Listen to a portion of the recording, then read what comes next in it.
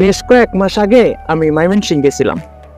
তো ময়মনসিংহ যাওয়ার পর ময়মনসিংহ মেডিকেল কলেজ হাসপাতালে গেলাম। তো আগে যখন ময়মনসিংহ থাকতাম তখন তো প্রায় যাওয়া হতো, এখন তো আর ওইরকম ভাবে যাওয়া হয় নাই, তাও মাঝে মধ্যে সুযোগ পেলে যাই। তো আমি যখন গেছিলাম তখন রাত 2টা বাজে আনুমানিক। তো আমি ইমার্জেন্সির সামনে কিছুক্ষণ সময় স্টে করলাম। কতক্ষণ হবে? এভারেজ 15 মিনিট হবে। তো আমি এই 15 মিনিটের মধ্যে আমি দেখলাম পার মিনিটে একটা করে লাশ বের করছে, মানে প্রতি মিনিটে একজন করে মারা যাচ্ছে। মনে হয় 15 মিনিটের মধ্যে 12-14 জনের মতো মানুষ মারা গেছে। এবং মারা যাওয়ার পর তাদেরকে যে বের করতেছে টেনে হেসড়ে একদম ন্যূনতম রেসপেক্ট ছাড়াই বের করতেছে। তো আমার খুব বিষয়টা খুবই প্যাথেটিক, কষ্ট লাগলো যে একটা মানুষ মরে যাওয়ার পরই লাশ, আর লাশ হয়ে যাওয়ার পর তার আর কোন ন্যূনতম সম্মান শ্রদ্ধাবোধ আর ওইরকম ভাবে থাকে না, এবং মানুষ না দিলেও আর কিছু করার থাকে না। তো আমি খুবই কষ্ট পাইলাম দেখে।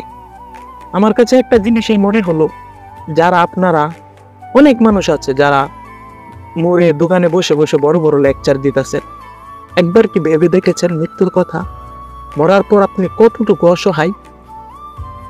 আপনি আজকে ওর সমালোচনা করতেছেন, তার সমালোচনা করতেছেন, কিন্তু আপনি মারা যাওয়ার পর কি হবে? আপনাকে যখন টেনে হিসড়ে বের করবে তখন বুঝতে পারছেন আপনার কিছুই করা থাকবে না। তখন আপনি একটা জড় বস্তু, নিথর পাথরের মতো হয়ে পড়ে থাকবেন। আমার মতে যাদের অনেক দাম্ভিকতা, অনেক অহংকার, তাদেরকে অন্তত 1 ঘন্টা, আধা ঘন্টা অন্তত আপনারা হাসপাতালের ইমার্জেন্সির সামনে যান, দেখেন এই অবস্থাটা। যখন দেখবেন একটার পর একটা লাশ বের করছে, তখন আপনার মনের দাম্ভিকতা খুব সহজেই নিমিষেই কমে যাবে, এবং আপনি বুঝতে পারবেন যে দুনিয়াতে আপনি মাত্র ক্ষণস্থায়ী মেহমান মাত্র। আপনার এটা চিরস্থায়ী জীবন নয়, ক্ষণস্থায়ী মেহমান হিসাবে আপনি দুনিয়াতে এসেছেন।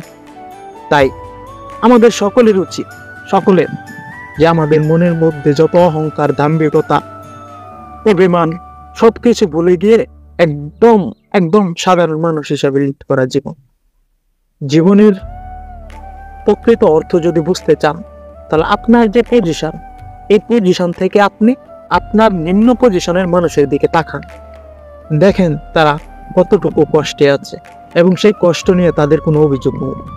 আমাদের বরং নানান ধরনের অভিযোগ। একটা কথা আমি প্রায় শুনি, আমার বাবা বলে যে 5 তলার বিল্ডিং এ দালানে ঘুম হয় না শান্তিতে, কিন্তু রাস্তার নিচে ঠিকই শান্তিতে ঘুম হয়। কিছু কিছু মানুষ অনেক টাকা পয়সা, কিন্তু 5 তলা দালানে থাকে, কিন্তু শান্তিতে ঘুমাতে পারে না। এসির নিচে থাকে, তাও শান্তিতে ঘুম আসে না। কিন্তু ফুটপাতে হাজারো মানুষ শুয়ে আছে, গাড়ি যাচ্ছে, অনবরত হর্ন বাজছে, কিন্তু তারা শান্তির ঘুম ঘুমাচ্ছে। এটাই হলো প্রকৃত শান্তি। টাকা কখনো শান্তি বয়ে আনতে পারে না। শান্তি, মনের শান্তিটা, মানসিক শান্তিটা, এটাই হলো বড়। তাই জীবনের প্রত্যাশা কমিয়ে ফেলেন, সিম্পল ভাবে বাঁচুন, আশা নিয়ে বাঁচুন।